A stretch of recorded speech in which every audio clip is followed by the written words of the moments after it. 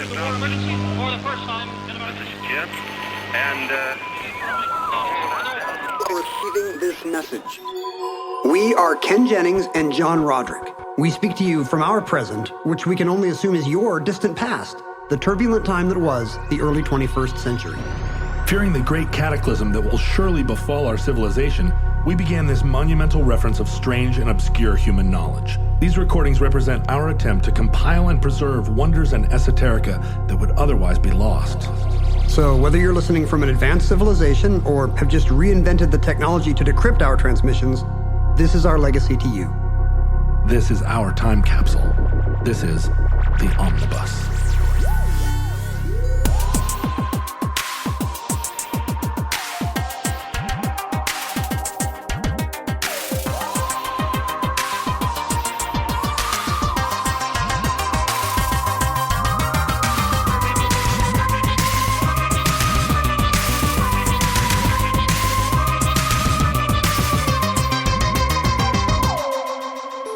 You have accessed entry 088.RV1703. Certificate number 36297. The Babalon Working.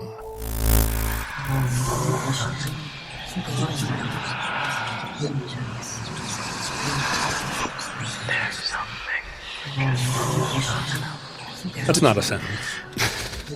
Mr. Mojo Rising? I guess the first thing for the far distant future to understand is that we're currently living in an odd era of inflection when it comes to religious belief. I think the first thing that the far future needs to understand is that we used to think that time was linear. And future existed. Yeah, and so they're at a flat circle. And our compatriots... Yes, who are right now simultaneously listening on a different part of a four-dimensional solid we call time-space. That's right. Hello, friends, neighbors. Well, I wish we could countrymen. see you, but so far we don't have the tech. Perhaps you can see us, in which case, stop looking at us when we're going to the bathroom. We don't like it. But after we establish that, a component of that. An important component for today's entry in the omnibus would be the odd state of religion at our current moment. This is a story set in the early to mid 20th century. And even here in the early 21st century, we're at a time where there's a huge chunk of the planet that thinks of religion as just a necessary benchmark for stable society and a life well lived, like a minimum low bar, taken for granted as something that everyone needs and should want. Do you have a statistic about how large that chunk is? Well, it's difficult to poll. When you ask, because asking people about do you consider yourself religious? Do you attend services? There's a whole lot of gray area there. Many people will generally believe in a higher power, but don't consider themselves religious. Many people will consider themselves religious, but have never been inside a church, synagogue, or mosque. What's the current status of China in terms of, I know there's no state religion, but are most people in China practicing? Yeah, they're all Lutherans. Some kind of Lutheranism? No. The global religion? The majority do practice some kind of melange of Buddhism, Confucianism, and Taoism, which, straddles many practices that would be considered, along the lines of, Western celebrations of Christmas, where it's a secular holiday with deep religious roots that are still there for many people. I think there's a broad variety of festivals and traditions in the Chinese life and calendar that are religious or have clear connections to religious forebears. But you can also celebrate them as secular holidays. Yeah, and they're moving into the realm of superstition as well. Well, of course I'm going to cut out yellow circles and place them on this altar once a year. This is the day where that gives gold to my uncle in the afterlife. Of course. Oh, you believe you're going to be with your uncle in the afterlife? Oh, Lord, no. It's. Who? And you ask somebody on different days of the week, and you're going to get different answers. There's a longitudinal study that I think gets done by Pew Research in America that asks people, do you believe in God? Do you attend services? Do you believe Scripture to be the Word of God? Do you Do you believe in an afterlife? And those numbers, you can see pretty steady declines over the last 50 years in all except for afterlife. Afterlife belief has been rising. That's telling. I guess they all believe they're going to be uploaded to the cloud. I don't really believe in a religion, but yes. I don't like church or the Heaven. Bible, but I am 100% going to heaven. I've been thinking about this a lot because we're now once again embroiled in a kind of church and state separation argument in our nation. Yes. And you and I lived through most of our childhood during a time when institutional promotion of religion was on the wane. Mm-hmm. Charlie Brown no longer appeared on television, kneeling in front of a star. He did every year, but we started to see it as an odd throwback Right. and source possibly of a comedic trope. And a lot of this was really driven by a desire, by a conviction that we needed to exorcise religion. I thought you were going to say Satan, but okay. We needed to exorcise First, Satan, get Satan out of Regan, and then religion as a whole, and it, we all accepted it as an article of faith, like we need. This is a good pluralistic society. This is how school will be, and it's weird if there's prayer. No prayer, and then the other day I was thinking, wait a minute, we did it completely backwards. How do you mean? Well, the Netherlands, for instance, are one of the countries that reports the least number, the least amount of sort of religiosity. Mm-hmm. Yet they celebrate every single holiday. It's like China. Absolutely. They kept all the festivities. Every saint, every single time someone in the Christian calendar stubbed their toe, there's a day off from work. Don't forget to wear some weird, this piece of jewelry of a weird color. It's St. Agnetha's Day. It's absolutely genius because they have like 90 more holidays than we do. And I was thinking, plus the merchandising. Yeah, in our pluralistic society with religions from around the world, we could have 200 days a year off from work if we just said no, we are celebrating every holiday equally. Every single holiday is the same as Christmas. Like you would have Diwali and Absolutely. Ramadan stuff in the dollar store. 100%. And I mean, it'd basically be every other Monday off. We did it the wrong way, even for religion. We got and for secularists, we got rid of all the fun decorations, right, and foodstuffs, but we still have the culture war and the xenophobia and all the downsides of religion. Yeah, we drove all mainstream Christians underground and made them feel persecuted and made them join school boards. They had no other choice. And we lost all the holidays. Oh, it's so infuriating. And even when it comes back, they're going to be like, "Oh no, we won't have Halloween parties in this elementary school in Georgia." They're not going to want to have the parties of religious origins because they're no fun. Yeah, in 1979, we could have said, okay, you get prayer in schools, but we get equal time to do Halloween prayers in schools. Like we get equal. We're going to have, every day we're going to pray to Mecca like 6 times a day. Have you been following all the malicious compliance related to some of these new religious laws? No. Florida says, here's the new series of things you can't say in school, right. and now, atheist groups are going to start suing to say, hey, this teacher said he was a man. And the law is written to say you can't talk about your gender. Oh, that's funny. But he's a cis man. Yeah, but read the law. Oh, lol. Or people who or all the book banning laws.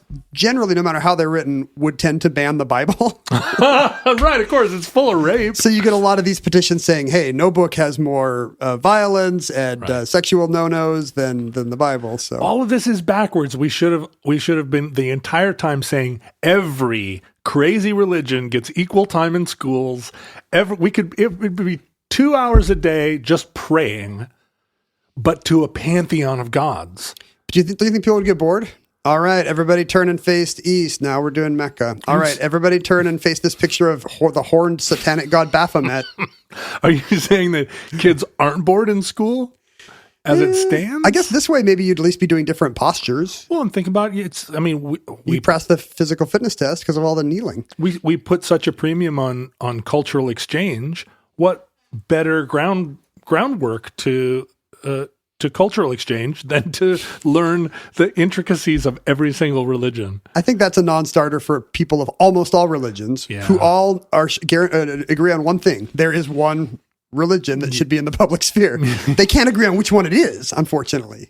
If they could just get together on that and be like, we've decided it's Zoroastrianism. It's Eastern Orthodox. I love this. Every religion gets 10 minutes right up front at the top of the school day. It's like the equal time laws on the airwaves. Exactly. Hey, I'm sorry. We just said a Judeo-Christian prayer. So now here comes a dragon parade. Here's a laughing Buddha, gold statue of laughing Buddha we're rolling in. It just came from the third grade class. They just finished. You'd have to have a rotating system of iconography all day through the school. And then here comes Anton LaVey, and he's waving some flags. So we're at this weird time where, a huge chunk of society thinks the main problem is that there's not enough religion. And in fact, that they are personally being threatened as religious people. We do see that. You got incorrectly, perhaps, but you've got another huge chunk of society that perceives religion as the source of all evil and something to be extirpated from the public sphere. Sure, I've met a few of those people. And then you've got kind of a soggy middle that, of the America we grew up with, where religion's good as long as it's on its best behavior. Yeah, the soggy middle. There are certain kinds of religion that demonstrate a sufficient amount of decorum that we're going to let it slide. That's right. Keep it tight. Stop. No snake handling. No ululating. No loudspeakers at dawn from tasters. All that's a little extra. If you have a building and it has a pointy part, and 1 day a week. Yeah, a tasteful number of days a week. One day a week, or two, maybe like a Wednesday night. Everybody is in there for an hour. The music has to be of a type that was fashionable a few decades ago. So even if you're in a mega church that has some nice Christian rock, it's going to be extremely tasteful AM gold. You can absolutely wear a costume on that 1 day a week. No matter, every religion's got it, right? So you wear your costume. You might have one guy in front with a costume. It's a little weird if you can wear one item. Yeah, let's say it's a fancy hat, right? Yes. Church hat. You got a little skull cap. You're turban. You're a fancy, a fun, fancy African American lady with a flowered hat, or a clip-on tie and a short sleeve white shirt. Sure. Whatever your uniform is, whatever your crazy costume, pocket protector, but take it and down black shoes. You have to be like the guy at the Halloween party that obviously is not trying. Right. Because if you really show up in going all out religious expression, we're in a time where, the 20th century was a time of saying, no. Yeah, you're right. Can you dial it back? Yeah, a no, little? like tie gold headdress that's 3 feet tall. Not one of those pyramidal gold hats from pagan Central Europe that we put in the omnibus once. I remember those days so well, where it felt like it wasn't just that extremism was in decline, but that there was a golden mean where everybody was just. I don't think there's a better word than soggy middle. There's not a lot of religion. Yeah, you do you. Like there really is like. I have opinions now about your religious practice. It's either too much or too little.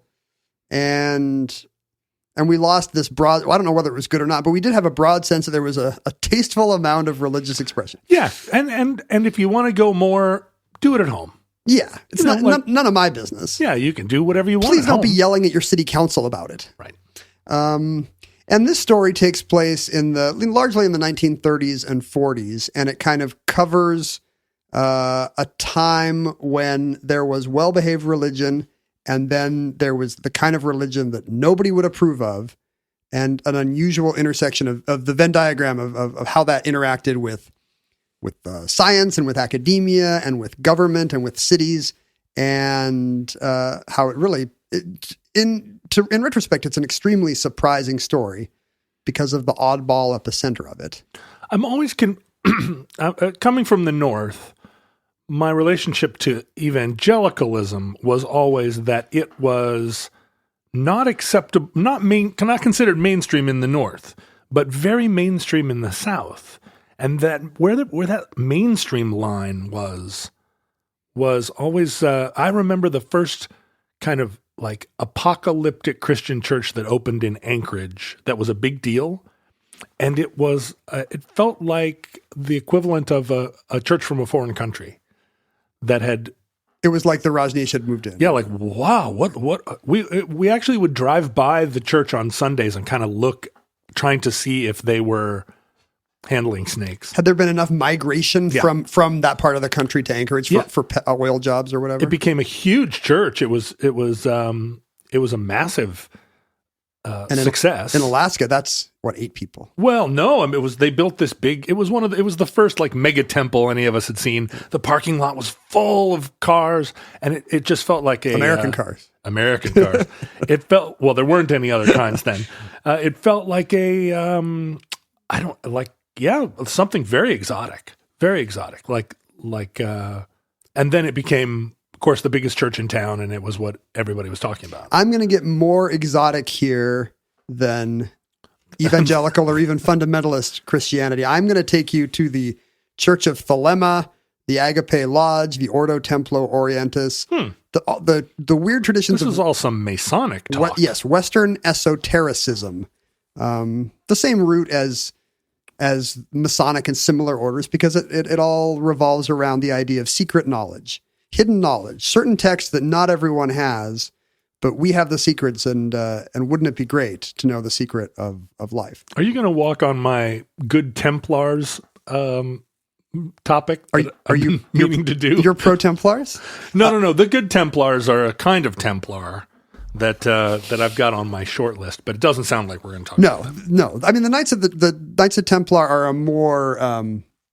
a more heavily Christianized society than most of these mystical traditions that we're going to be discussing. Oh, okay. The Rosicrucians, for example, the Hermetics, the people who believed that Thoth and Hermes were the same god. When you go to Greece, you go to Egypt, they call you something different. Sure, I don't see how you could argue that. When I go to Japan, they all call me, actually Ken actually has a Japanese name. This is a terrible example. Kenji. Never mind. And Thoth Hermes delivered all these secret texts. It goes back to Gnosticism and Kabbalah. But in the 20th century, it overlapped with science and academia, and even the space program, aerospace. And there was a space program in the early 20th century? There are a lot of secrets in this episode. We are going back to the very beginning, the proto-space race. We're going back to a time when rocketry was a brand new science. 1926. Isn't it crazy that rocketry is less than a century old? I love it. There were fireworks. Sure. The Chinese had, many cultures beginning in ancient China had known, as soon as you can invent gunpowder, you realize you can blow something up, and then you realize when you blow something up, you literally blow it up. Yes. The up becomes the operative word. But the fact that you could do controlled launches and get controlled thrust with the right fuel, that all dates back to Robert Goddard in I think 1926. Yeah.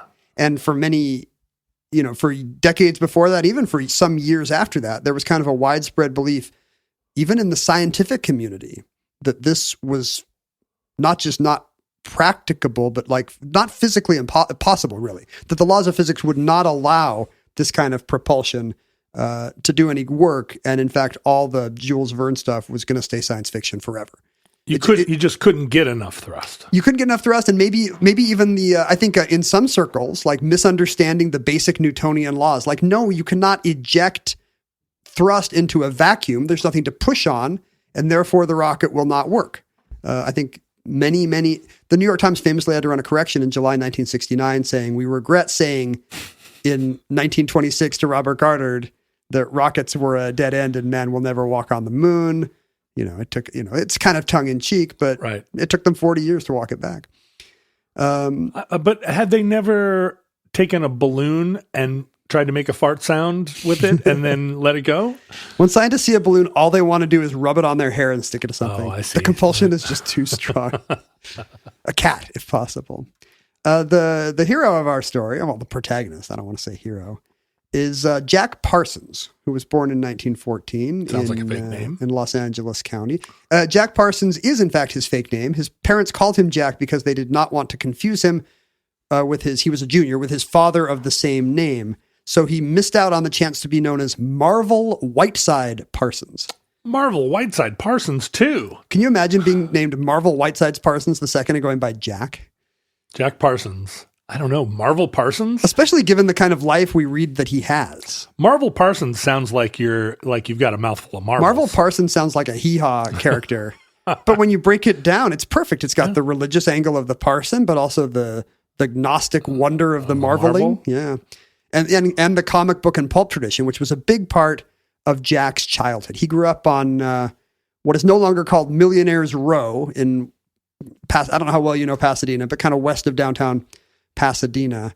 I know Pasadena like the back of my hand. Well, the moneyed people in the 20s lived along this particular stretch of Orange Grove Boulevard that came to be called Millionaires Row. And at that time, I believe Pasadena had more millionaires per capita or per square mile than anywhere else in America. Money was flowing west, and these were the guys whose names were in the pharmaceutical firms or the parts factories or the produce shipment companies or whatever it was. Isn't that amazing to consider? Every time I'm in that town, I try to picture, like, how did Pasadena, right? Like looking at it in relation to LA now, it feels anomalous, but at the time it would have been like a little paradise. That bridge, that little cityscape. It's pretty great. And it still has the Rose Bowl as kind of a remnant of a time when it was a real cultural center, not just in Southern California, but, America wide. Pasadena was a nice neighborhood on the grow. And they gave us Van Halen above all other things. Oh, wow. I was going to go Rose Bowl and Caltech, but no, Van Halen. You're absolutely right. Yeah, thank you. Which is Eddie Van Halen from Pasadena? I think they all are. Pasadena. What about Sammy Hagar? Oh no, Sammy Hagar is from the swamps. Sammy Hagar is a cryptid who wandered out of the Sierra Nevadas. The money appears to mostly have been his mom's family money, because by the time Jack is even an infant, like by the time he turns 2, I think his parents have had a very acrimonious breakup. Dad has been found consorting with today we would say sex workers, and we would support him, except that he did not have. We would support them, not necessarily him. Exactly, because he did not have the consent of his partner, and she was mad, and it became a nasty divorce. Dad moved out. Luckily, Mom's family had the money, so Jack grew up in a lovely house on Millionaires Row, where his obsession was. He had 2 obsessions. He loved science fiction. He loved his old Jules Verne books about being able to just cannonball a capsule full of people to the moon and what they might find there. He loved the pulp magazines that had just started, Amazing Stories and the other kind of the beginnings of American science fiction. Green bug-eyed aliens, rockets, all the post-Robert Goddard stuff about rocketry. And as a result, he started toying with rocketry. What was his second obsession? His second obsession was Satan. By the time he was 12 years old, Jack's apparently enough trouble that he's been sent off to some kind of military academy for boys who can't stop touching themselves, or whatever it was called. Sure. Where he spends most of his time apparently, because even at home, he loved taking apart firecrackers to see what one could do with them. And we are not saying, just to be clear, that if you are really into superheroes and Satan, that you're necessarily a masturbator. No. Okay. No. In fact, I can't think that there would be any overlap at all. Okay. All right. Just wanted to make that clear. Although weirdly, his personal private time with his private parts actually becomes the center of this story later on, which I think has never been true of an omnibus entry before. No one was ever touching themselves while the Halifax explosion happened that we know of. No, although there are several entries where it feels like it might be a tangential part of the story, it's never been right at the heart of it. We've always swerved away, I think. Yeah. Correctly. So yeah, content warning. He spends most of his time at military academy, apparently, blowing up cherry bombs in the restroom toilets. Just, Bart Simpson stuff. Sure. But also, at the same age, he is experimenting with mystical traditions enough that he tries to conjure up Satan in his childhood bedroom.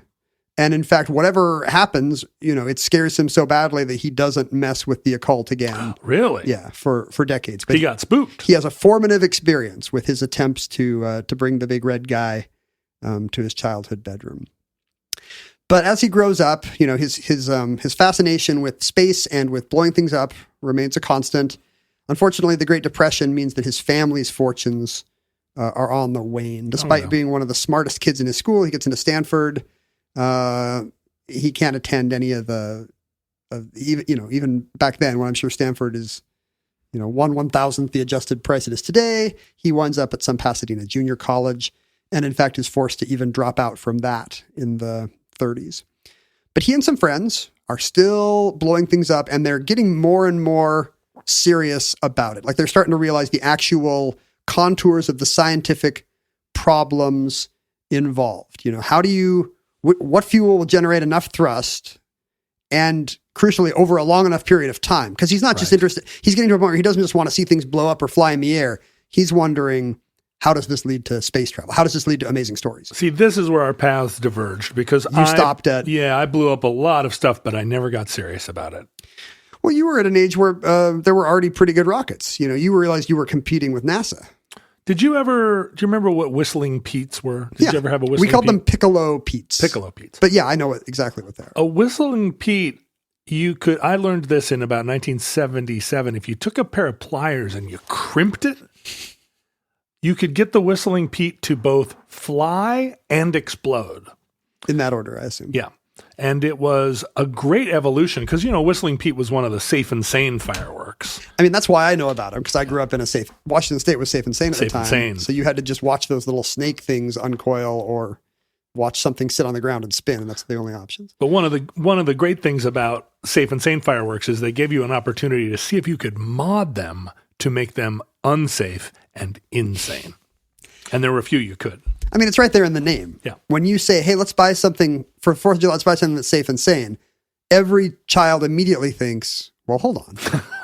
That doesn't seem like the most fun thing we could do, right? What would happen if I put it under a bucket? What would happen if I put it in a phone booth? Exactly. And a lot of these kids blow off fingers, and we should hasten to add that, Omnibus is against blowing off fingers. Yes, we're against the behaviors that might even lead to blowing off your fingers. So Jack and some of his friends, his hobbyist friends, are really getting serious about this problem to the degree that they're starting to think about things like multi-stage rockets and are liquid fuels really the right way to go? Like they're so unstable.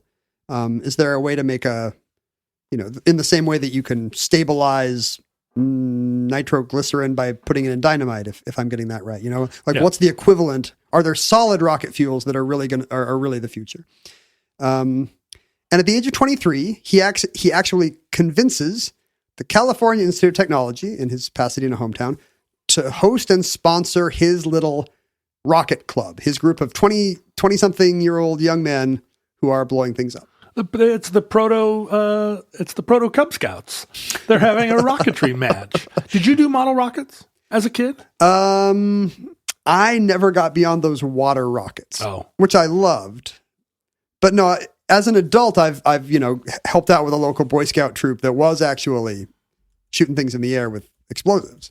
In the 70s, model rocketry was a really big deal, and I built many model rockets and launched them.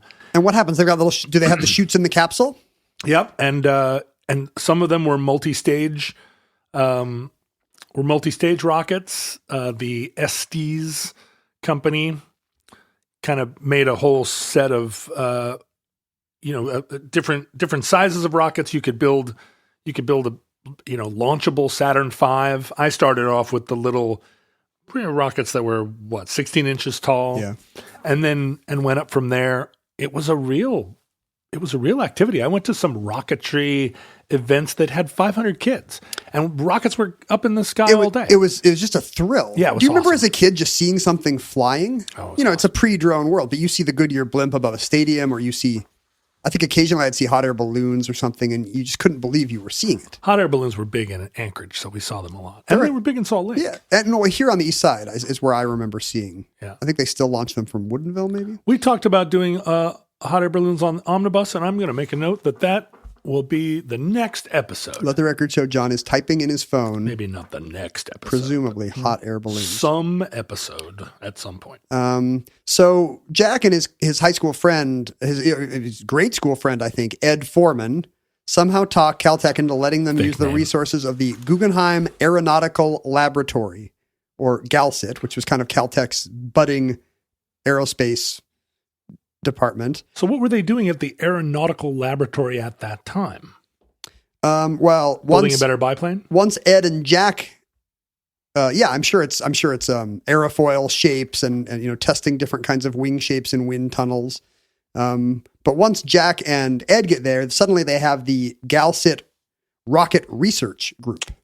So these guys don't have college degrees. They're just local enthusiasts. Dropouts. And they quickly come to be called the Suicide Squad at Caltech. The Rocket Research Group is called the Suicide Squad, mostly because fully a quarter of their budget every year is going to building repair. Because they're experimenting with explosives full time in the fairly sophisticated and, as we now know, correct belief that this is the future of aerospace. This is the future of air travel and space travel. Did they have like a cool old hearse that they drove around Pasadena in? So there has been I didn't know this when this was a show requested by a listener named Russell. And I've long been interested in the story of Jack Parsons and what's going to happen to him and his famous friends. And I did not know that, like, as of a couple of years ago, there's actually one of these period TV dramas that sprang up in the wake of Mad Men, anti-heroes out of time, like the one they made about Masters and Johnson, or the one they made about, there's actually a show called, I think, Strange Angel, fictionalized about Jack Parsons' adventures in the 30s and 40s, because he was apparently kind of a dapper, debonair character around the Caltech campus. Many articles about him today refer to him as the James Dean of Chemistry, or the James Dean of Caltech.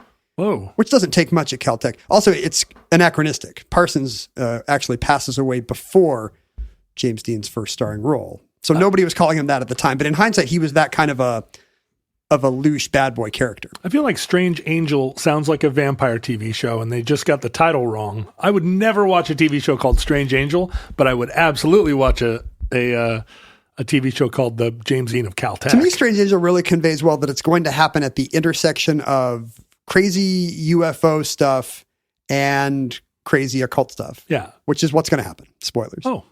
So I don't know if the TV show is on some channel that doesn't maybe exist. Mm-hmm. Sounds likely. Whatever CBS's equivalent of Peacock is, except they don't have a fun animal. So theirs is called Big Yellow Eye or something.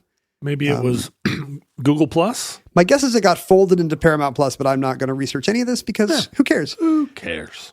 Streaming is collapsing. There's no way the show is going to be renewed for whatever season it's not on yet. Let's pretend it doesn't exist. Some futureling right now is shouting into their headphones. So angry. Season 2 was an improvement on season 1, and the producers say that they've got a 5-year plan and they're going to go to...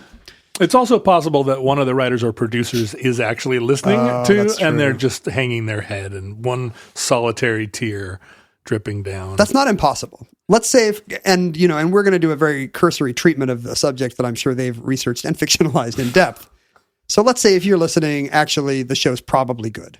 Oh, yeah. And we just haven't, too much TV, peak TV. I'm sorry. It's wonderful and you should download it all immediately. I haven't even watched the good shows I want to watch. I have no time to watch the good shows I don't want to watch. You know how it is. Absolutely. It took me a second to parse that, but yes. The funny thing about the Rocket Research Group or Suicide Squad is they're in exactly the right place at the right time.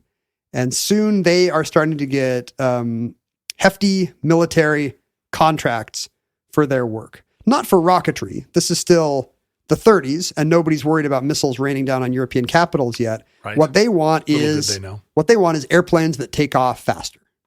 They want jet engines to get airplanes off the ground. The military correctly sees that this is the future of fighter planes. Well, Leonardo DiCaprio taught us that you just need to sand down the heads of those rivets. If the rivets stick out, you'll never get anywhere. How fast can you go? I thought you were going to say Leonardo da Vinci. I was picturing the flapping wings made of balsa wood or whatever he had.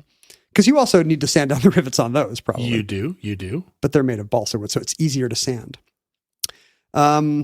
So Jack Parsons is going places. Now, at the same time, we kind of have to follow the parallel threads of science and religion here. At the same time here, he is starting to make some friends over the hill in Hollywood. Hollyweird, I call it.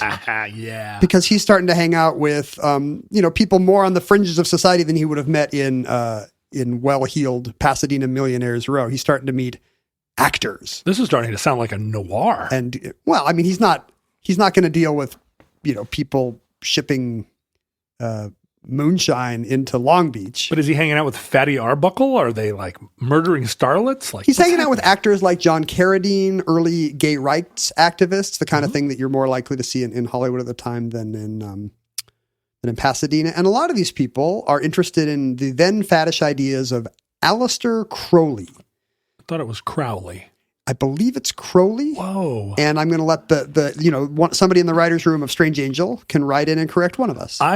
So I need to call Ozzy because he is going to have this is going to affect his catalog. Do you feel like he says Crowley? Mr. Crowley. He's got a mouthful of bat. Boom, boom, boom. He's got a mouthful of flying true. mammal. You can't tell the vowels. It's true. Oh, Crowley. I'm sorry, I need to swallow this bat. But yeah, I think within heavy metal, Aleister, and I'm incapable of saying Crawley or whatever, however you just said it. Aleister Crowley plays a large role in 70s and 80s metal. Yes. He is kind of the nexus point from which all of these 20th century traditions come. You know, he was interested in all the Western esotericism of the past and coupled that with his own set of visions and texts, to create, he's pretty much the ancestor of every neo-pagan movement of the 20th century. Wicca, chaos magic, the Church of Satan to some degree. He bought a castle somewhere that had ghosts, right? He came from money. So he's a British guy from a wealthy Warwickshire family. He has better castle access than you or I will ever have. Agreed. And at the time that Parsons first sees his work, among LA weirdos, they love he's still alive, Crowley, I think. Now I'm not going to know. Still alive and very excited about the American spin-offs of his world religious organization. Jack Parsons attends a Gnostic mass that's being held at Crowley's Church of Thelema. Thelema is a kind of sketchy word nominally from Koine Greek, meaning will, like as in a will to power. The human will, yes. Because that was kind of Crowley's famous, his one ethical credo. Do what thou wilt shall be the whole of the law. Right. In other words, Aleister Crowley. Crowley. No, I believe it's Aleister Crowley. Said, do what thou wilt, that shall be the whole of the law. Yeah, do it. So basically it's kind of a Nietzschean, and it's not, it doesn't mean, I'm sure he would, at the time, he never would have said, go do some ritual murders. But he is saying, a lot of these hidebound religious ideas are just holding us back. We need to free your mind, and we need to free our minds and our love. And the perfect world is one in which we all live in harmony because everybody can do what their inner voice tells them. Yeah, it's Nietzschean, it's anarchic, or it's John Galtian. Right, it's right at the intersection. Yeah. And actually, libertarianism is an interesting data point here because of the kinds of people in West Coast science at this time that Parsons is going to end up hanging out with. I think that's a lot of the reason for the kind of the current coalition behind Randian thought today would be very shocked at the cultural currents that led to its founding. The Church of Thelema, this organization is often called the OTO, the Ordo Templi Orientis. That was Crowley's order of Eastern Templars. Crowley started out as kind of a synthesis of Gnosticism and Kabbalah and all these Western mystical, esoteric, secret traditions, secret knowledge handed down from the old ones. But he soon started to mingle it with Eastern ideas of, not just Buddhism, but different kinds of Hindu yogi ideas. And it goes back to other Western traditions, alchemy and astrology and the tarot, and it's all a cosmic gumbo for him. A cosmic gumbo. And Parsons is super interested in, it really speaks to him. His occult interests as a kid overlap with his scientific ones in that they're both amazing stories. They're both getting beyond this world to a new one where there's new wise entities we don't know about. And to Crowley, those are the old gods. And to Parsons, maybe they're Martians. But this is the beginning of the era where those two things start to dovetail. And Jack Parsons is really kind of the epicenter of how that happens. What if the aliens are the mystic old ones or the fairies that spoke to our ancestors? It feels almost like a like a weird roll of the dice here, because we think, certainly from our soggy middle sense of mid-century American science, that science and superstition are antithetical to one another, and that the scientific mind progresses away from the occult. But really, it just depends on who's standing there holding the wrench, right? And how far back you look. Yeah, right. From our point of view, clearly Newton was correct about mechanics, but a dope about alchemy. But he didn't know that. Like at the time, those were both sciences, right? And I think that's how Parsons sees it. Like this is a new way of seeing the universe, and we're going to see how these laws all, how Crowley's pronouncements all tie into scientific law. I've been trying to explain string theory to my 11-year-old. That's a religion. In a very, very, the most basic way. And watching her face as I just sort of try and break it down and make it understandable, which it's clearly not. But watching her face and all of the different expressions of incredulity that go across it as I'm like, well, so the math says. If you tell it, there's 22 dimensions. Yeah. And superstrings resonating at different frequencies are what divides them. I mean, that's no different than telling someone the kingdom of God has a gate of jasper and onyx. Yeah. It's the same thing. And let's be honest, one thing that really appeals to Parsons about the Gnostic Mass is the kind of crazy, ahead of their time sex rites that are going on there. That really always does play a key role, or at least it used to. Nowadays, I don't see as much science driven by crazy sex rites. No, because you got 3 sex rite apps on your phone. At all times, you don't need to find some new religious movement. It's going to be the next hipster thing to find or found a new religious human sacrifice. He is very into. This is probably a record for how long it's taken Anonymous to turn into the inevitable sex cult. But Jack Parsons and his wife Helen join a sex cult. They love all the partner swapping, or at least Jack does. There's some evidence that Helen is not against it also. By now we're in the mid-40s, and Jack Parsons is really at his career peak. He's had a real breakthrough in turning liquid rocket fuels into solids. He's actually inspired by Greek fire, which has been an omnibus entry, yes, to use asphalt as a binding agent.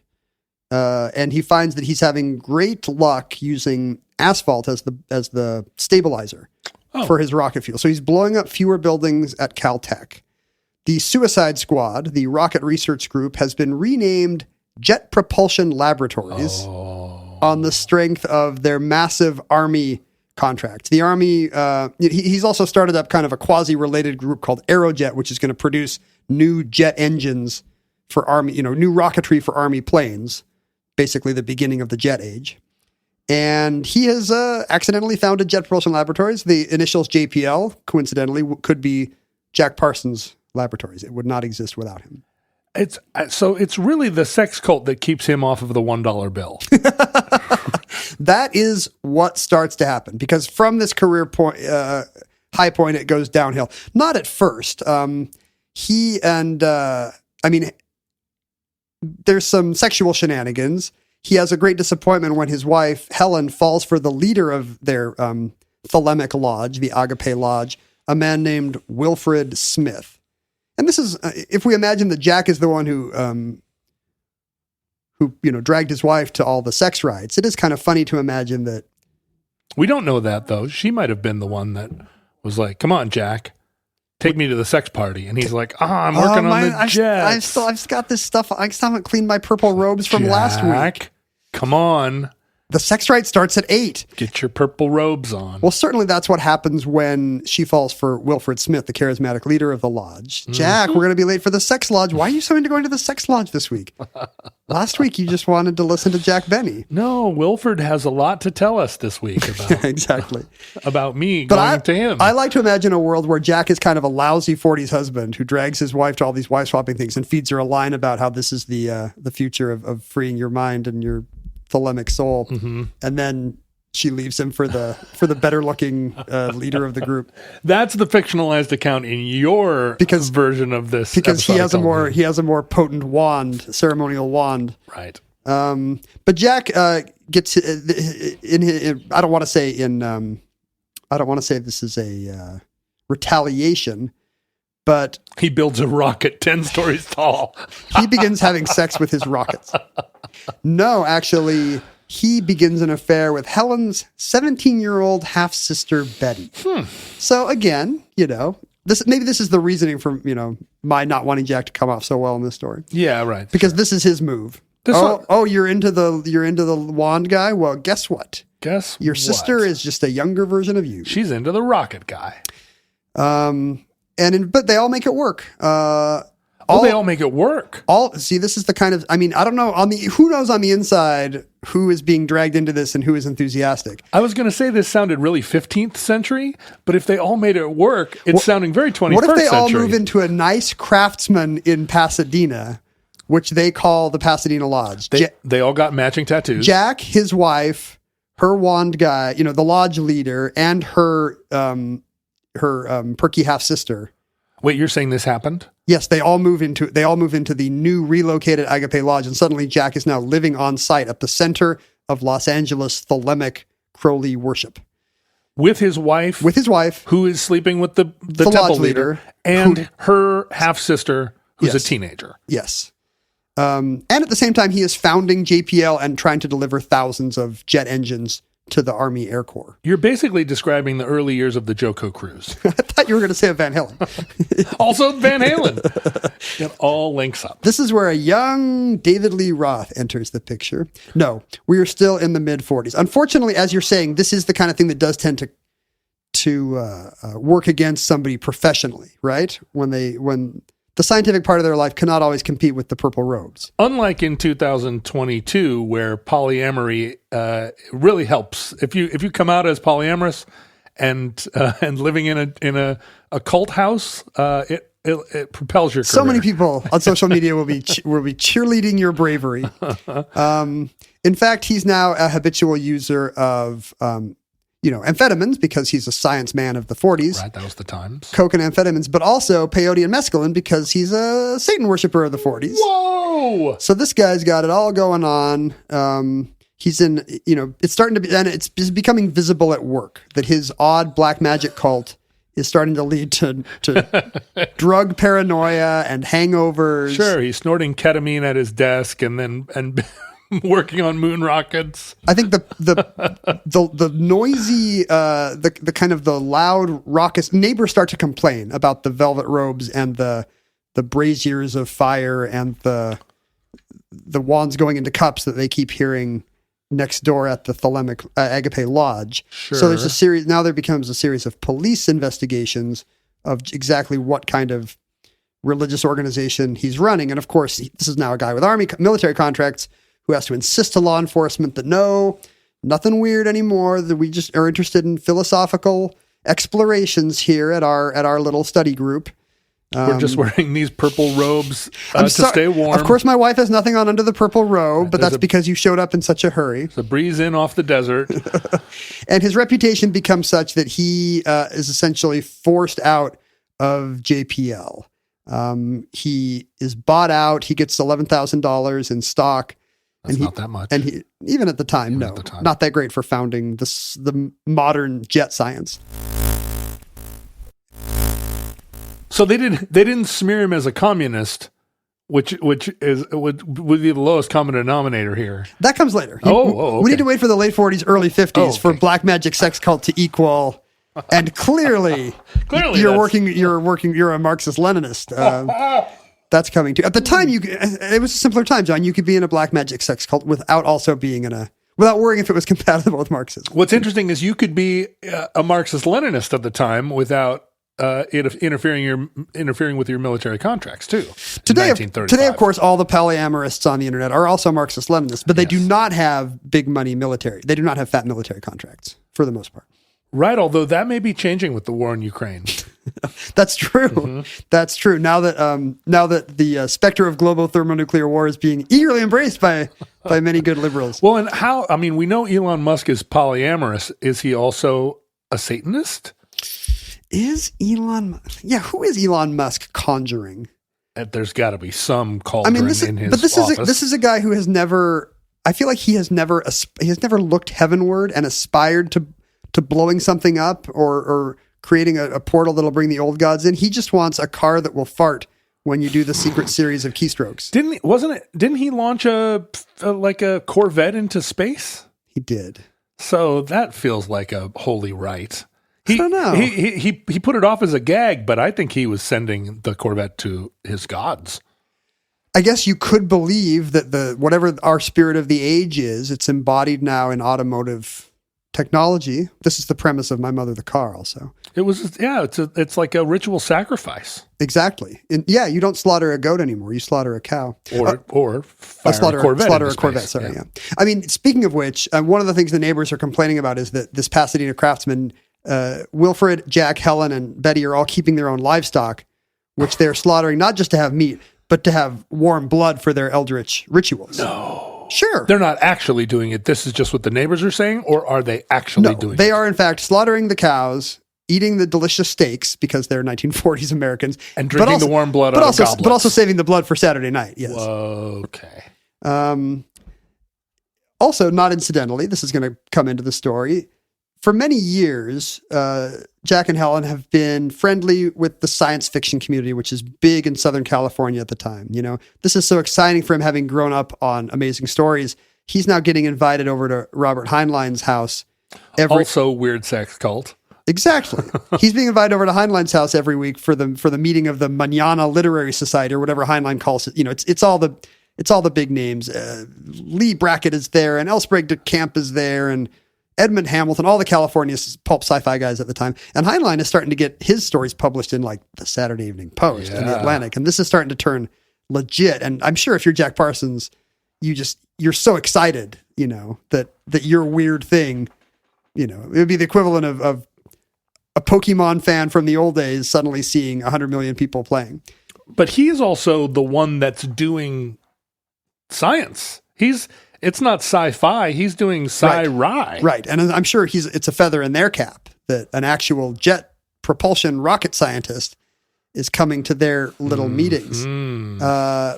And at one of these meetings, he meets a friend of Heinlein who, this is after the war, who, like Heinlein, is a mustachioed former wartime naval officer, full of all the maritime daring do that comes with that. Oh boy, I see where this is going. And also interested in pulp science fiction and is writing science fiction stories. This is... Are you going to say it out loud? You know, there are bots that scan all podcasts. Is there a code name we can use for Lafayette R.H., this science fiction author? It's pronounced Lafayette Ron Hubbard. Hubbard, as the French would call him. Hubbard. Le Ron Hubbard. What if we don't say... Recherche de Scientologie.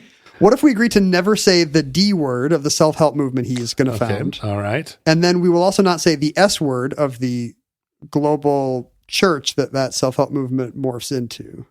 But we are allowed to say Mr. Hubbard's name. Do you think they'll come after us? Obviously, we're talking about Ray Bradbury. You know, young Ray Bradbury does show up at these meetings. I bet he does. So, but yes. No, we're talking about outstanding American. Patriotic American white sailor hat wearer. What's the name of the... Sea Org. What's the name of the Sea Org guy in the Paul Thomas Anderson movie, the Philip Seymour Hoffman character? In that movie, they call him... Slightly fictionalized. Lancaster Dodd. Yeah, okay, let's call him Lancaster Dodd. All right. Mustachioed pulp sci-fi guy Lancaster Dodd is also at these meetings, and he immediately Parsons becomes fascinated with him because he's a charismatic figure. Unfortunately, Dodd, damn it. Lancaster Dodd has his eye on Betty. Oh! His replacement. Let's drop all pretense now. Really? Yes. Okay. Having lost Helen to Wilfred Smith, he is now losing Betty to Lancaster Dodd. And so now they're all living together. Is Betty 19 by now, or? Let's see. Yeah, Betty is probably pushing 20, so at least Lancaster Dodd is not sleeping with an underage girl fresh off the Greyhound. Okay. And, you'd think that Jack Parsons would have seen everything by now. On paper, he loves free love and the free sex in the velvet robes and the goat's head and the partner swapping. He's into all of it. But now this is the last straw. He has seen his beloved lost to this new charismatic friend, and he is distraught. Wow. It starts to affect his work. And in fact, in December of 1945, he comes up with a plan to solve his problem with an Enochian working. I believe this has come up on Omnibus. Speaking of alchemy, that the great Elizabethan alchemists and scientists like John Dee believed that they had mystic wisdom that they had received from Enoch, the secret writings of Enoch, the Old Testament patriarch, and that they did all kinds of magic ceremonies based on this. And this was a big part of the Hermetic and esoteric traditions that Crowley is drawing on. And so studying Crowley's own rites, which have drawn from these 16th century Enochian rites, Jack Parsons decides he's going to do a mystical conjuration that will solve all his problems. So he's sitting there now crying over his goblet of blood, having lost his teenage... Crying into his goblet of warm lamb's blood. Lost his teenage sister-in-law to L. Ron Hubbard. To Lancaster Dodd. To Lancaster Dodd, I'm sorry. And we all know how that feels, right? When you've lost your teen sister wife to science fiction cult leader Lancaster Dodd. Yeah. It's a terrible feeling. It's going to break your heart. It's one of the worst feelings. So he turns to Mr. Crowley. He turns to the Enochian wisdom of the 16th century. And those in his lodge or in his little group are not sure what he's working toward. They assume maybe he's trying to conjure some kind of epic revenge upon Lancaster Dodd. Lancaster Dodd himself. He's out in the garage splattering paint on a giant canvas, and he invents splatter art. Or maybe to get his child non-bride back. In fact, the results turn out to be at first anticlimactic, but then unexpected. Over 12 consecutive nights from late 1945 to early 1946, he puts Prokofiev violin concertos on the gramophone and performs 11 Crowleyan invocations. You got to do the conjuration of air, the consecration of air dagger, the invocation of wand with material basis on talisman. I was just doing that the other day. Well, you probably were, because the invocation of wand with material basis appears to be a euphemism here. Uh-huh. The wand would be the part of Parsons' anatomy that is being used in the ritual. The material basis appears to be the product of the ritual. I see. So he's masturbating to Satan, basically. Uh-huh. I mean, not Satan, in fact, to a totally non-satanic deity, to Babalon, not spelled like Babylon with a Y. It's got a second A. Babalon, like it's a Harry Belafonte thing. In Crowleyan thought, Babalon is a divine whore, is the words that Crowley would use. She's an ancient, forgotten fertility goddess, symbolized by the cup being the most interesting part of her anatomy, I believe, to thinkers like Crowley. Uh-huh. And she's a blessed spirit because she brings her air of fertility and sexual freedom and new possibility, and she's one of the best goddesses you could conjure. And there's an apocalyptic angle too here. Why because was she forgotten? If she's one of these great, if her cup is so great. Well, I think from most points of view, it would be because she doesn't actually exist. Okay. There is no authentic historic tradition of a goddess named Babalon. Are you saying that Crowley's just inventing gods at this point? Crowley, but yes. He's just up there. He's run out of all the good old gods. He's worked his way through Thoth and Hermes and Baphomet and all the rest. And now his spirit guides are whispering new names to him. He's got a boggle game, but all it has is B's, A's, L's, and P's. I mean, he could be drawing Scrabble tiles out of a bag like they do in Rosemary's Baby. I mean, that's going to be a relevant data point here. I mean, I should say that this is all happening immediately in the first 6 months after the detonation of the atomic bomb. That is correct. Do you believe that in fact opened a portal to another world where the older ones reside? Maybe, but it also has to be, I mean, that in a way is the dawn of, well, nuclear age, but also it's kind of like it's peak science moment, right? The culmination of Science. Science invented a new mystical thing we can't explain, but it ended war. Yeah, it ended. It also killed, hundreds of thousands of people. It invoked the god of war. Exactly. And so now we're at the cusp of a new era where who knows how these uncontrollable, chaotic new forces will change the universe. So let's go back to an ancient sex worker. So let's start jerking off on, what was it? I missed the thing. On the talisman. So he's doing these sexualized rites, and he's keeping in touch with Aleister Crowley, who I think is rolling his eyes and, cabling his friends in New York saying, what is with this weirdo in Pasadena? Parsons writes to Crowley, nothing seems to have happened. It's anticlimactic at first. Nothing more than a power outage. He was looking for some results. Yeah. Okay. He had very high expectations for his Prokofiev plus self-abuse. Mm-hmm. However, then things start to happen. He enlists Lancaster Dodd to be his scribe in the rituals. So Dodd is there. Dodd's famously purple prose is coming in handy for writing down what's happening and suggesting new kinds of conjuration and prayer. On the night of January 14th, Dodd notices a candle has been knocked from his hand. And Dodd calls Parsons over, and they see a brownish yellow light 7 feet tall floating in the kitchen of their Pasadena lodge, which Parsons then banishes with a magical sword, although Dodd's right arm is paralyzed for the rest of the night. Now, so apparently they do have ritual, as you do, they have ritual swords on hand for whenever a weapon might be necessary in their rites. See, this makes me feel validated, right? Because I do keep those swords around, and if there were to appear a 7 foot tall golden light in my kitchen, now you know what to do. Well, yeah. I might reach for an umbrella first, but a sword next. Do not reach for your wand and material basis. That appears to be what makes the problem worse. Key. You want the sword in your umbrella stand. The next night, Lancaster Dodd reports that he sees a vision of one of Jack Parsons' enemy. Parsons writes to Crowley, so Dodd attacked this figure, pinned it to the door with 4 throwing knives with which he is expert. Say what? So Dodd is already spreading this kind of self-mythologizing about himself. Oh, yeah, in the Pacific, I got really good at these throwing knives. Thump, thump, thump, thump. Just like pulled throwing knives out and pinned him to a door. In the same letter, Parsons tells Crowley that Dodd's guardian angel has showed up, a highly developed astral vision of a beautiful winged woman with red hair, whom he calls the Empress, who has guided him through his life and saved him many times. Now, remember, at this point, Dodd is just a pulp sci-fi writer. Yeah. He has not begun any kind of spiritual, religious tax dodge tradition. Sure. But he's already reporting that he has a beautiful redheaded guardian angel who is calling in the Archangel Michael to guard us. Is he also writing letters to Aleister Crowley?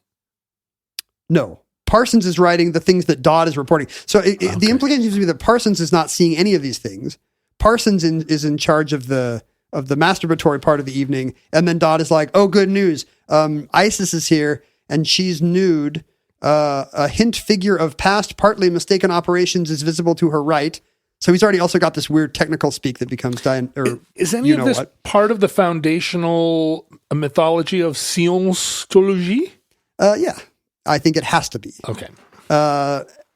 Hidden a lodge with hidden knowledge where you get better and better secrets of the universe. Isis is there every time you advance a level. Rocket. You can see the history of Gnosticism and Hermetism in the Church of S.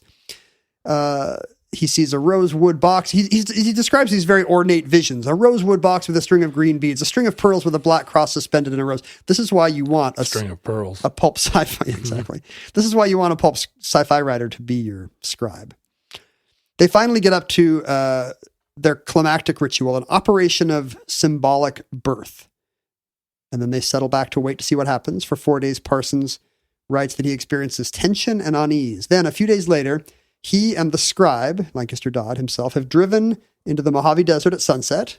He doesn't mention which substances are involved, but we can assume. Ketamine. Perhaps there's some peyote or mescaline involved. Uh-huh. Then suddenly they both sense a feeling of tension snapping.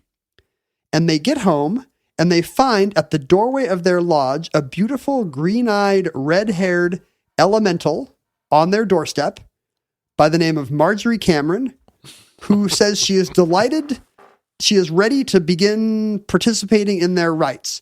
And when Parsons explains to her that he would like her to help him produce a new thelemic messiah, a new homunculus in living form resembling man and possessing those qualities of man which distinguish him from beast, namely intellect and power of soul, but neither begotten nor inhabited by a human soul, a moonchild, basically. This is based on a fantasy novel, actually, that Crowley had written called Moonchild, about a mystical rite that produces a homunculus messiah pregnancy. How is there not a Led Zeppelin song called Moonchild? There must be.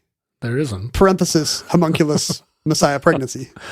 So is this just a neighbor lady that was attracted by the sounds of screaming, or this is LA in the 40s? This appears to be a young girl who wandered off a bus and heard that this is where the sex and drug crazies hang out.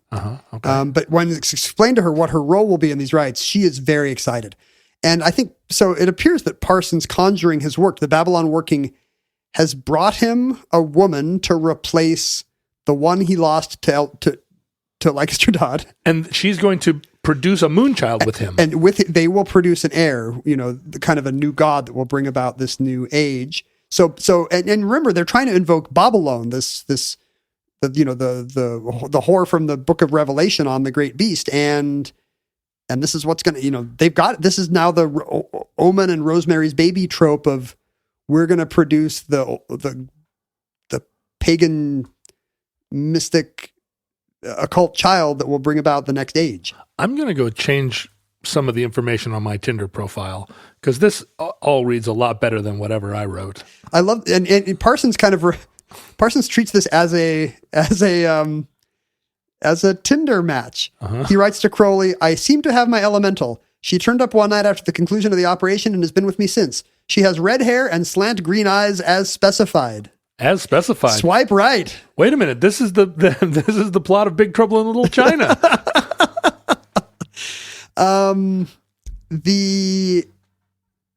So they continue to perform.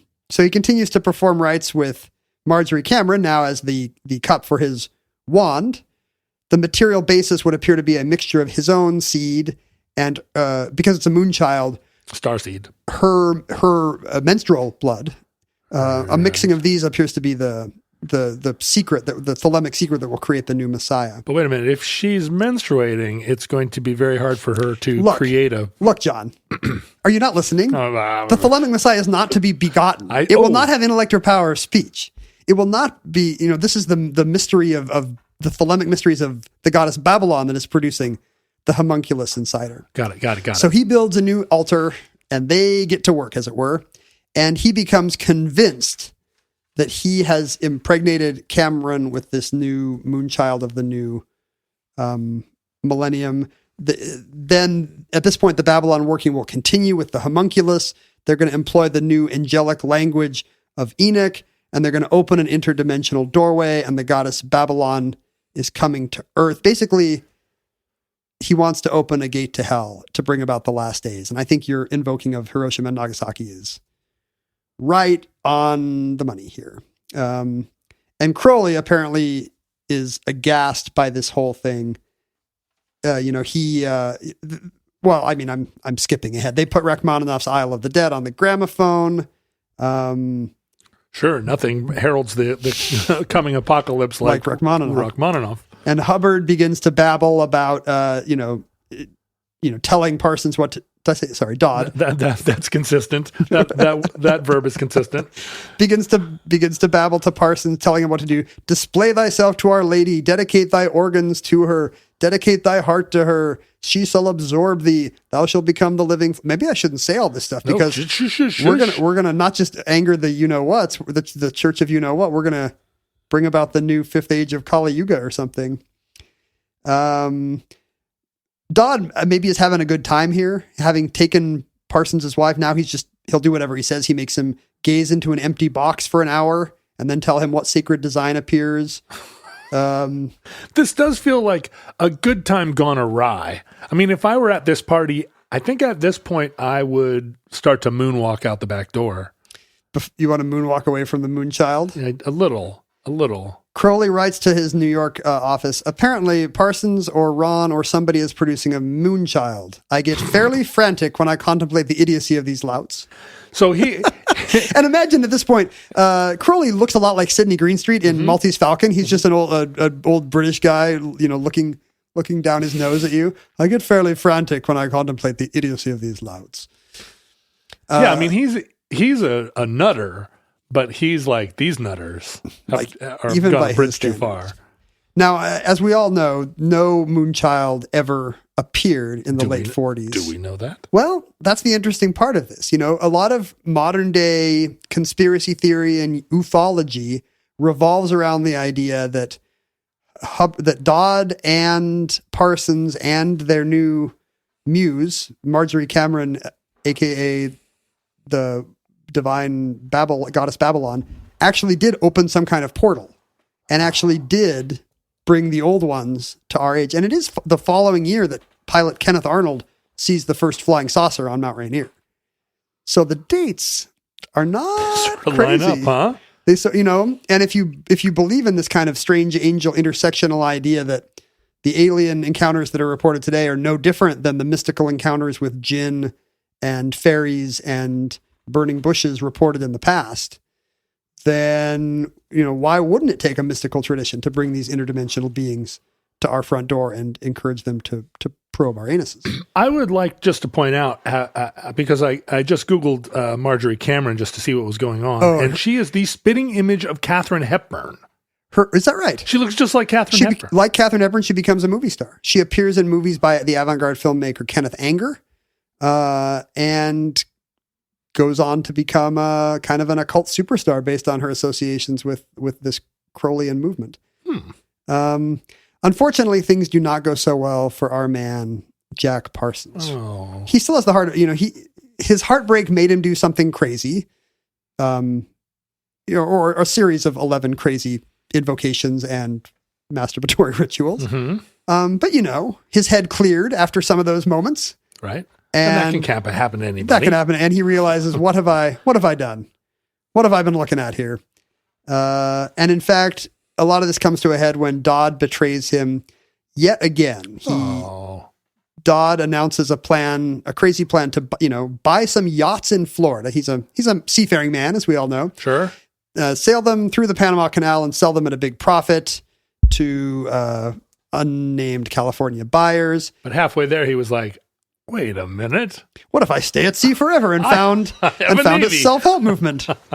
And what he does, in fact, is he gets all of Parsons' money into this scheme, and then he disappears with both the yachts and Betty, Parsons' child non-bride. So are you saying that Parsons initially funded the Cherche de la Scientologie? The C of S?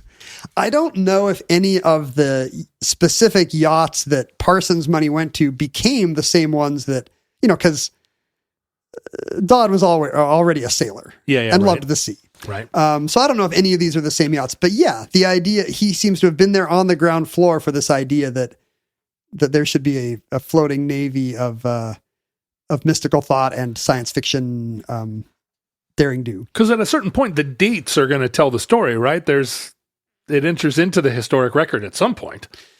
Yeah, I mean, you have to register. You have to register these boats. I feel like this would be your angle on the story. You would get very into the shipping records. Yeah, making phone calls to I totally harbor masters. I didn't even think about the merchant marine side of this story.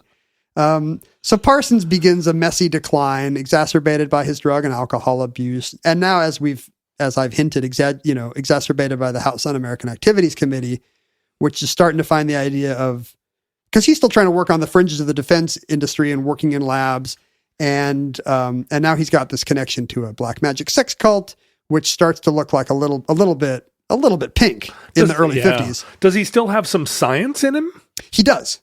He still wants to make, he's starting to see it all happen. Like we're getting close to Sputnik here. Like the Nazi missiles on London suddenly got the American military interested in rocketry for its own sake and not just as a way to get airplanes off the ground faster. And suddenly there's so much money to be made in rocketry. It's clear that space is the future and the final frontier. Sure. No, we got all these rehabilitated Nazis walking around in Pasadena now. If you can rehabilitate Werner von Braun, surely you can rehabilitate a guy who used to jerk off onto a goat's head, or to open a portal to a Satan world, or to wife swap with Lancaster Dodd. But he insists to the House Un-American Activities Committee that, in fact, Crowleyan thought is the opposite of communism. It's all about do what thou wilt. Yeah. It's about the rugged Heinleinian libertarian individualist. Yeah. Unfortunately, this argument does not convince HUAC, which takes away his what do you call him? His defense credentials. Yeah, his classified status. His status. Yeah. He loses his quasi-military status. Oh, what a drag. We need more Satanists in the space program. says Congressman John Roderick. Would that be the whole of your platform? More Satanists in the space program would be the whole of the law. Betty has now run off with Elron? No, with Lancaster. Yes, with Lancaster Dodd. Okay. So now he's lost the love of his life, and they are founding Scientology together. In fact, Lancaster Dodd and his wife and Betty are now the happy throuple around which the C of S, the coalescing movement of self-help, is beginning to form. Do they also live in a bungalow in Pasadena? You have to imagine that they might own one, but spend most of their time in a yacht at Marina Del Rey. I did not realize that polyamory was going to play such a large role in A, the space program, and B, Scientology. But in hindsight, doesn't it make sense that any of these charismatic guys they really have one thing on their mind when they start a cult? And it's not life and girlfriend. I guess they have two things on their mind when they start a cult. I mean, that's literally the reason you would start a cult. I think that appears to be at the back, or at least once they start to get followers and enough of them are 7s or 8s, it starts to cross their mind. New York 7, cult 8. Pasadena 7, Marina Del Rey. So, unfortunately, Jack Parsons really is on the downslide at this point. He winds up bootlegging nitroglycerin, delivering offshore smuggling nitroglycerin to unsavory parties. It's funny because he wants some of it for his experiments, but he also knows somebody who needs it for, who knows what. In a Jack Parsons life story, that's him hitting the skids. But for me, that's my highest ambition. Well, he's also working as a gas station attendant. He's working at a hospital orderly. It's less glamorous than it seems to be a nitroglycerin smuggler in Pasadena in the early 50s. If I write a science fiction novel, the main character will be a nitroglycerin smuggler for sure. His story ends abruptly on June 17th, 1952 with an explosion at his home lab. Oh. Removing him from history. Oh, no. He blew himself up? He blew himself up. And there's many, even at the time, and now from conspiracy theorists, lots of suspicions of foul play. Suicide Squad. But in fact, yeah, exactly. This is a guy who's been blowing things up for decades, and he's still trying to make that breakthrough at his workbench with all kinds of unstable chemicals. Wait, did he blow up the Pasadena bungalow too? No, at this point, no. At this point, I think he has. At least the house survives. He's down on his luck. I'm imagining him in some kind of awful rented room somewhere. Yeah.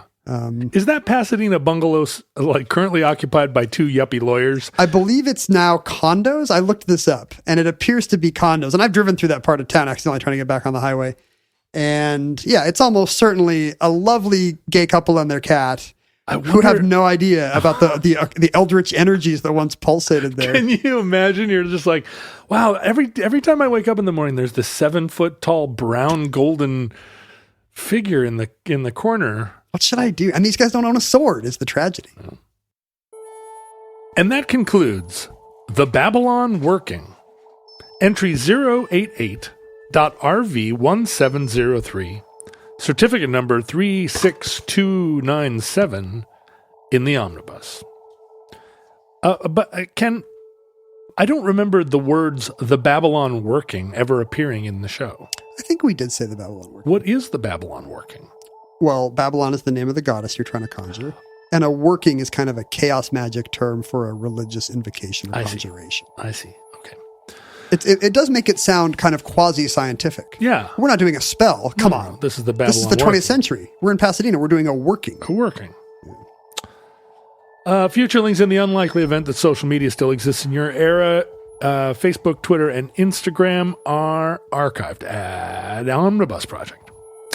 Our handles were at Ken Jennings and at John Roderick. I've been sneaking on social media a lot lately to follow the war in Ukraine. And you texted me the other day in the middle of the night saying, "Get off Twitter!" ! You had just tweeted back at me. I tweeted at you. This is like we need an intervention. First time in 18 months I tweeted at anybody.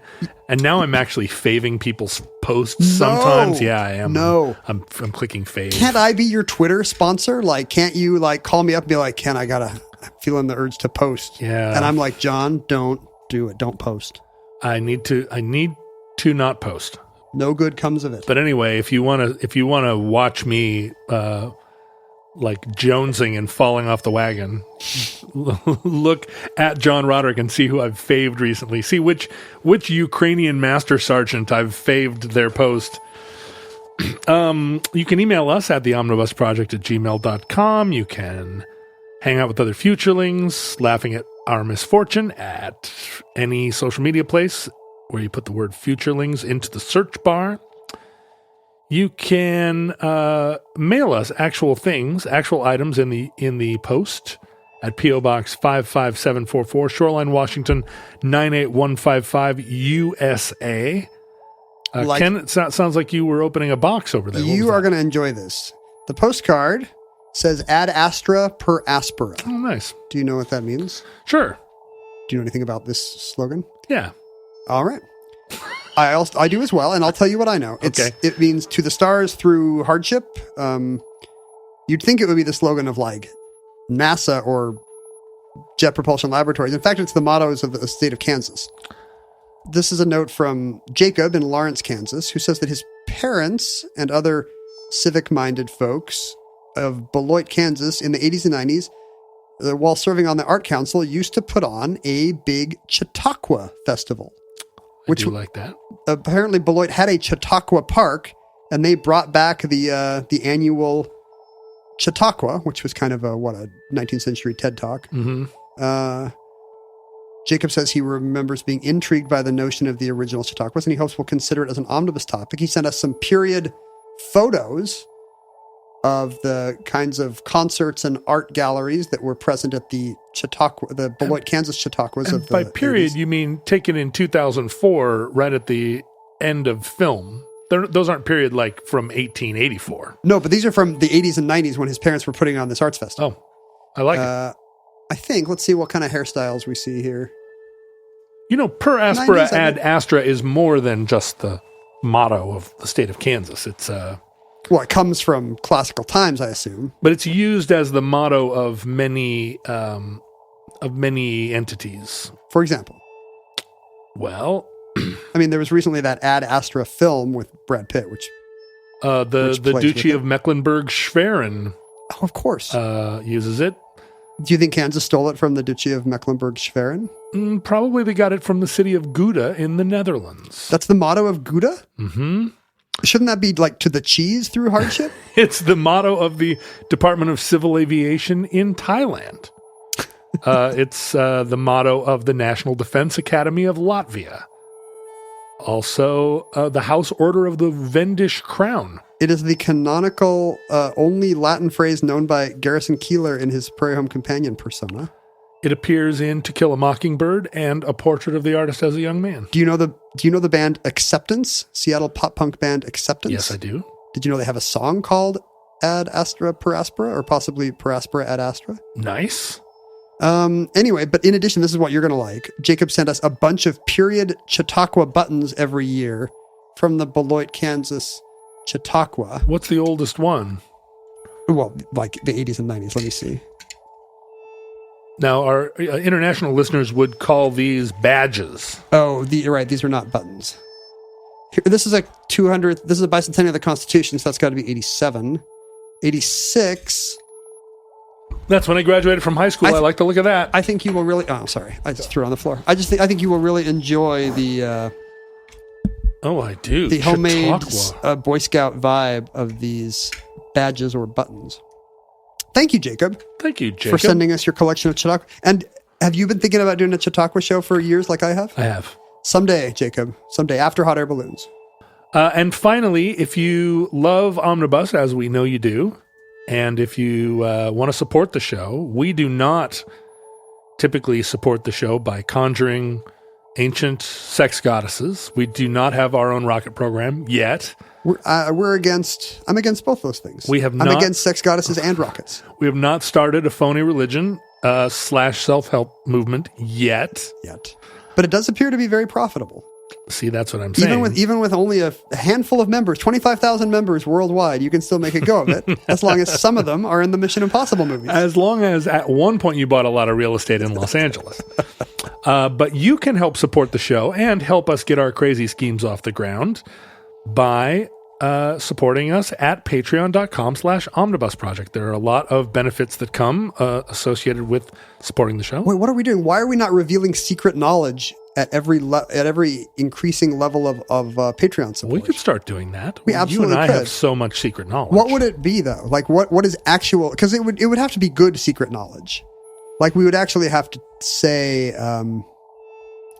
like at the problem is you've confessed everything on a podcast already. We can't be like, not everything. At the $5 level, John will tell you about every Halloween costume he's ever worn.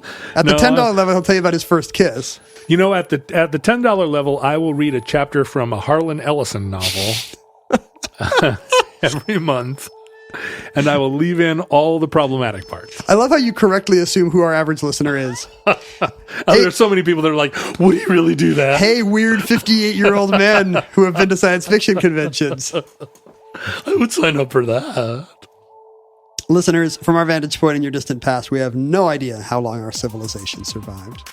We hope and pray that the catastrophe fear may never come, but if the worst comes soon, this recording, like all our recordings, may be our final word.